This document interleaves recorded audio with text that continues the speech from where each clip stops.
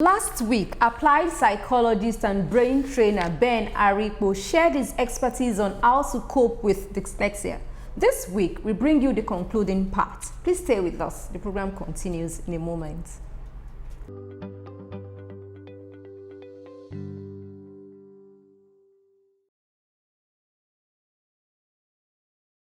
Can a brilliant or smart child be dyslexic later on in the future?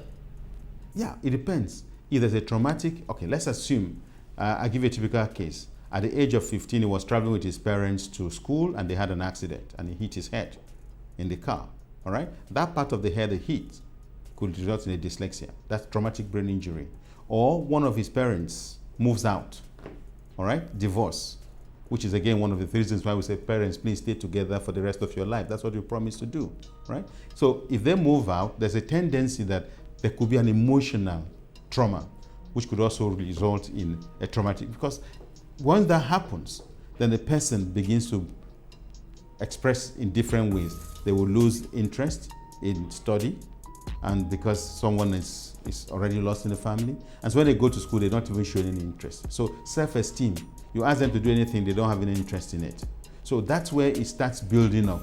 So it is possible for someone to develop dyslexia as a result of a traumatic brain injury, and that can happen at any time. All right, let me give you a typical example. My own son got his dyslexia because of a bike accident. When he was 5, he was walking through, the mother was seeing of a friend. Unknown to her, he was running across the street to meet them, and the bike hit him. So he had a cut on his forehead where we had 8 stitches. But that part of the brain where he had the cut was actually the point of his dyslexia, as we later found out from looking at his MRI and CT scans. So you could see that although he was born normal, but that accident resulted in a traumatic brain injury and could have caused this. Also, when people have a stroke, people who have stroke, one of the first symptoms you notice is that they start forgetting. They lose their speech. So they can also lose their ability to read and write as a result of that stroke, which is again a traumatic brain injury. So dyslexia is not a respecter of age. Anyone at any age can come down or can show symptoms and signs of dyslexia. Talking about traumatic injury, oftentimes toddlers at home, while trying to walk, playing at home, they mistakenly fall down, hit their head. Should parents be wary of this happening? Parents should be wary about head injuries generally, because when a child falls, I met a woman in Abuja who said when this girl was growing up, she had the girl on her back and then they had a fight with the husband and the girl fell with her head down and hit the floor. Of course, today that girl has dyslexia. Until they came for that assessment, they didn't realize that that was what caused it. All right, when we mentioned the kinds of things that can cause it, then she realized. So head falls are very important. Again, the research is out. Some people even say that parents should avoid allowing their children to be involved in games that you need to use your head, such as soccer, football, and all of those things. But the research is out, so there's no conclusion there. Don't quote me wrongly. My son plays soccer, so that's what you should note. Yeah. Okay. Can dyslexia be attributed to one's social status? I would say, to a large extent, psychologists always argue about nature and nurture. All right, these two conditions will contribute to the ability of someone to learn properly. Now, let's start from nurture. As I mentioned, if the parents of the child had a predisposition to alcoholism, drug use, and all of that, of course, by the time the child is growing in the womb as a fetus, he's already had a brain damage anyway. So as a result of that, the child is born, he will be born into that situation. The second thing you will notice is that most of those children, when they are born, and if the parents' socioeconomic conditions are very poor, they lack the necessary ingredients to help the child's brain to grow. Remember, dyslexia is a brain condition. So there are certain diets and nutrition that should help a child to grow normally and above average. If they are deprived of that, there is a tendency, and I only use the word consciously, there's a tendency that this person might grow up not having the best. But we have also seen on the other side, the children of the very rich who are exposed to all the luxury, all the good things of life, when they're growing up, what do? They tend to also neglect nurture and focus on nature. The nurture of their parents is not important. They just get into bad company, all right? Because of their habits, they are easily influenced by peer influence. So they start alcoholism very early. They start drug use. They start all sorts of social vices that predispose them to not be able to study. As a result of that, that's why we find also we have a high tendency of children or people from the high economic group also showing this tendency. But overall, I would say that there's a very marginal influence of nature and nurture playing out in these two cases. How true is the fact that the condition is not treatable? You can only manage and manage and manage till you get better or till you outgrow it. Can you actually outgrow? Correct. Correct. You can outgrow dyslexia. It cannot be treated because it's not a sickness. It's not a disease. You only treat disease conditions. Dyslexia is not a disease, so it has no treatment for it. But you can manage it. I take my son, for instance.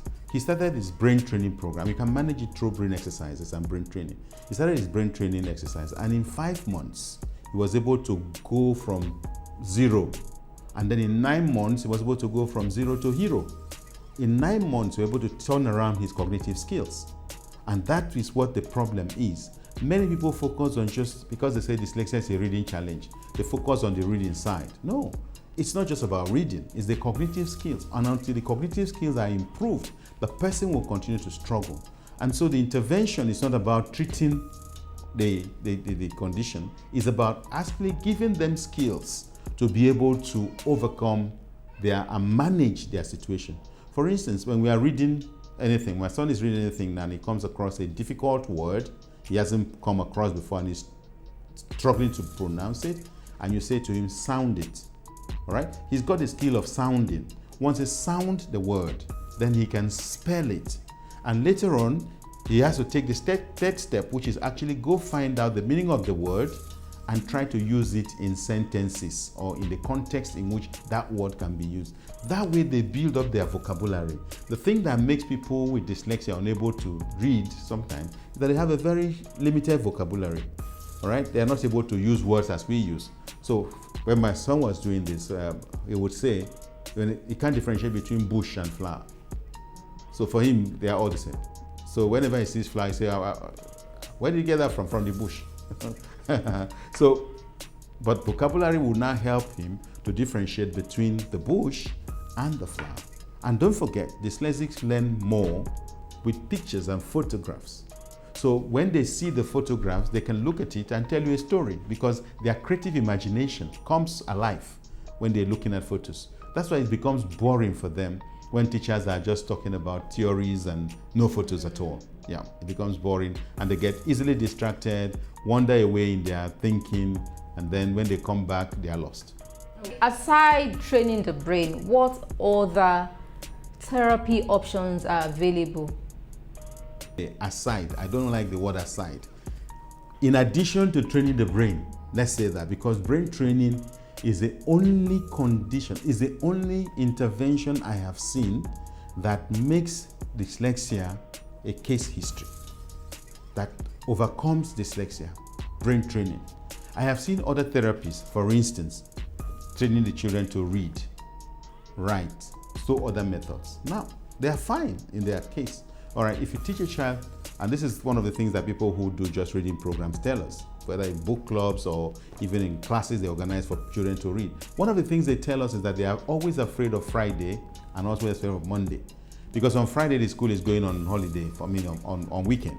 And so by Monday, when the children come, it's like you're going to start all over again what you have taught them before. Why is that so? Because they have not improved on their memory.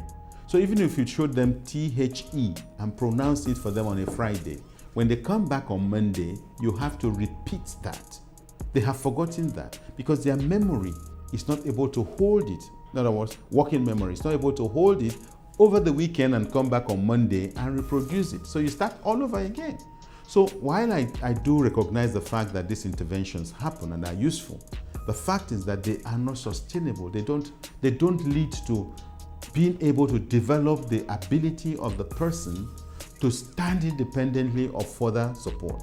But the brain training programs tend to be the only sure solution that produces sustainable and long-lasting improvements in the condition of the people with dyslexia. Is there any probability of sustaining improvements or intervention for kids living with dyslexia? Yes, All right, of sustaining it, Let's say I'm here to enroll my child for the brain training session. How long do I need to continue the session before it gets sustained? Okay. One thing is certain. When the person comes, we start with an assessment.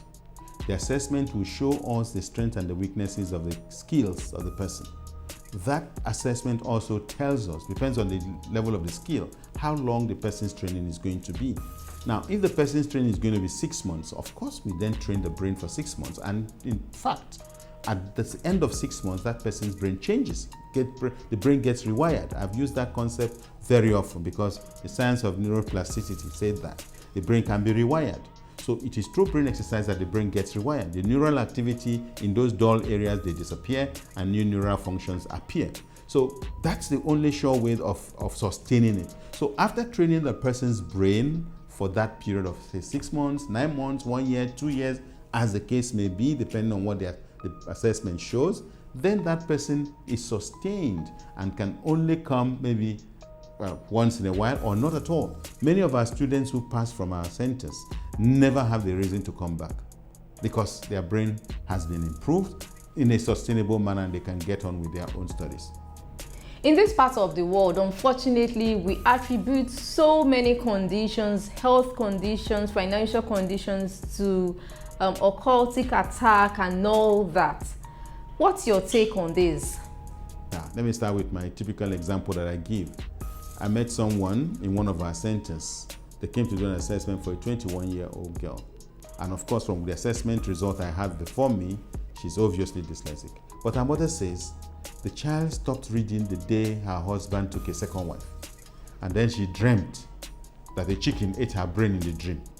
And when she woke up from that day till now, she has not been able to read again because the chicken has eaten her brain.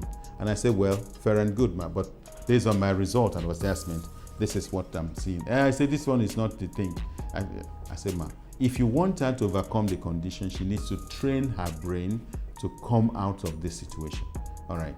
But as we speak, she still held on to that, her belief, and because of that, she hasn't come to do the program itself. She has done the assessment, but she hasn't come to the program.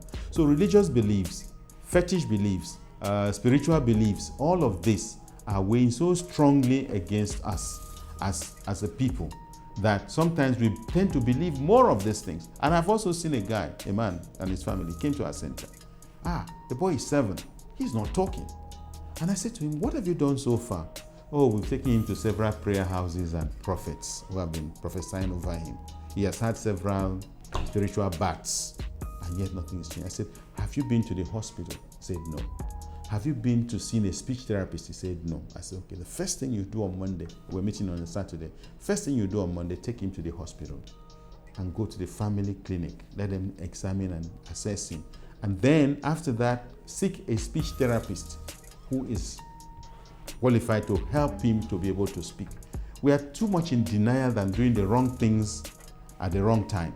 We leave the things that we should be doing and do the ones that we shouldn't be doing. So when I see parents do that, and of course our general beliefs, I advocate that please, whatever it is, seek help. The moment you seek help, there's help available in Nigeria, there's help available in the hospitals. Go to the hospital.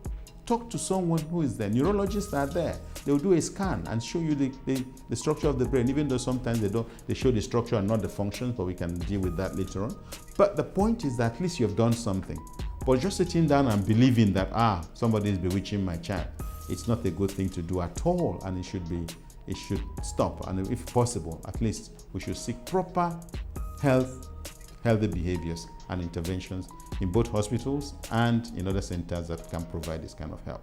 So what role can parents or educators play in managing this condition? Good. Thank you so much. First, parents. As a parent, please, let's start with the parents, both parents. Avoid alcohol, avoid drug use, avoid being in labor for too long.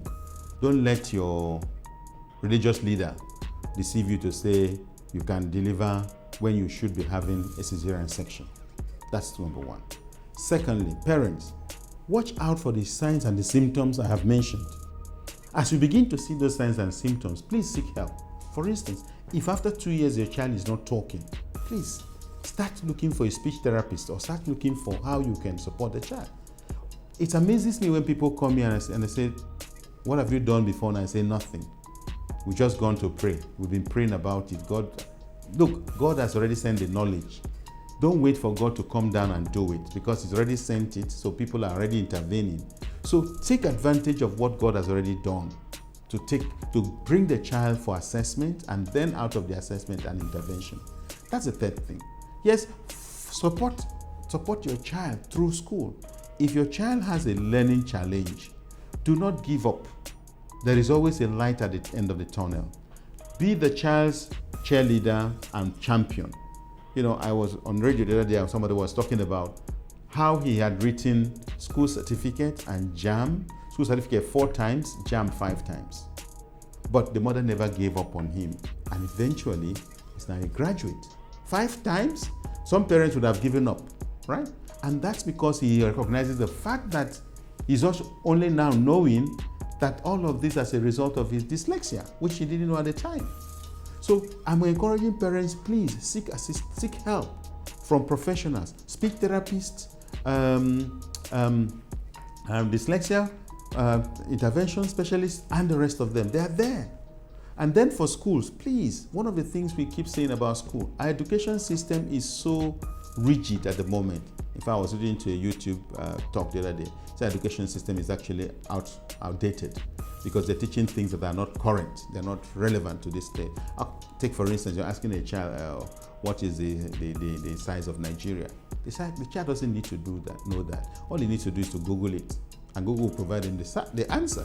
So you need to teach him how to Google, not to teach him to memorize the square meters in Nigeria. So there's a different form of education that we need to offer, which we are not offering. So educational system and teachers, and even the way the authorities, government, I'll come to government shortly, the way the school system is organized. First, you see a child struggling.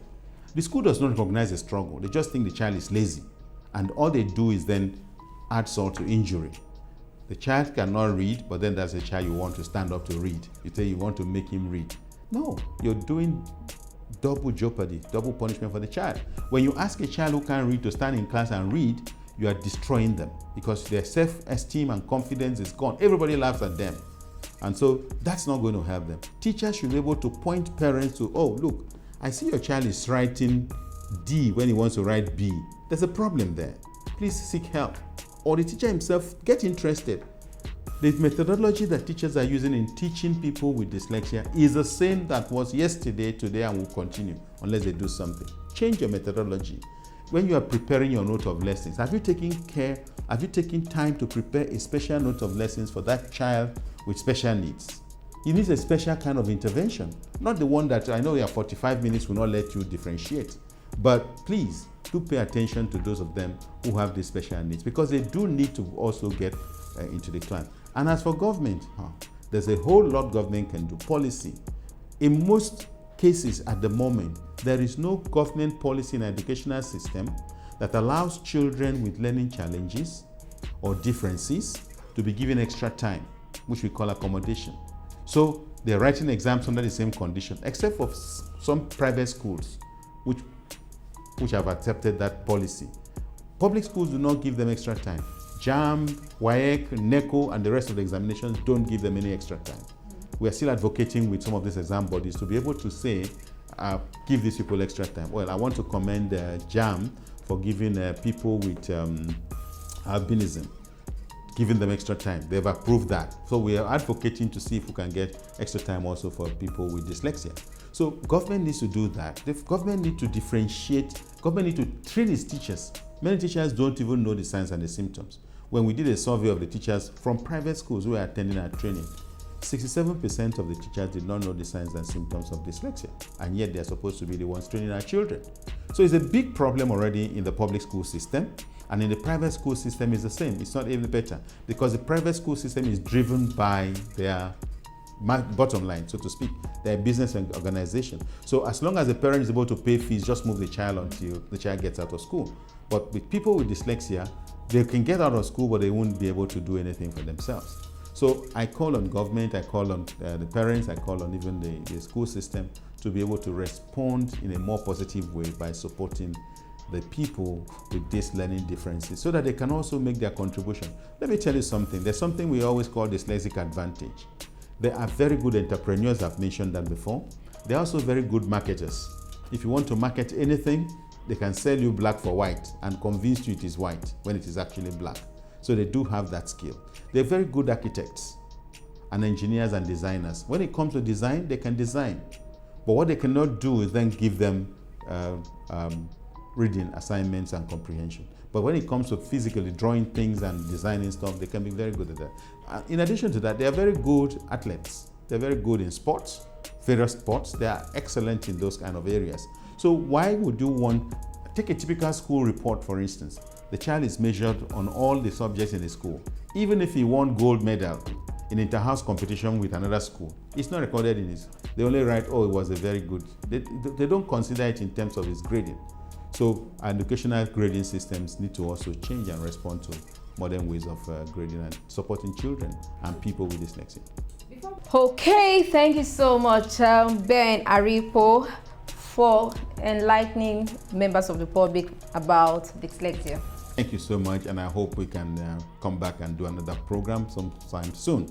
And please do tell someone about dyslexia, because this is Dyslexia Awareness Month. Everyone you tell about it is going to tell another person, and that way our target is to get 5 million Nigerians hear about dyslexia this October. Thank you very much. Seek early medical help today. Stop guessing and put your child's skills to test today. Ben ARIKPO has been diagnosing dyslexia. He is an applied psychologist and a brain trainer. Sound Health continues with trending and home essentials. Please stay with us. The program continues.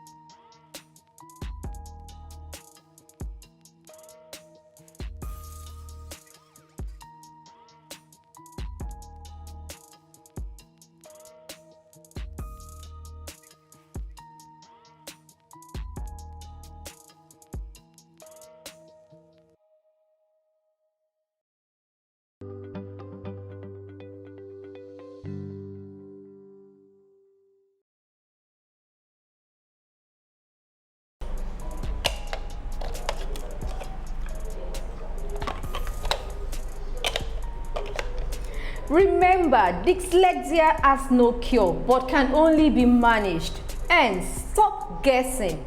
Get your child's skills tested today. This is where we wrap up this edition of Sound Health. For comments and inquiries, please send SMS to 0035826603 or follow us on social media at LCV Social, #Sound Health. A sound health is a sound mind. Make healthy living your choice.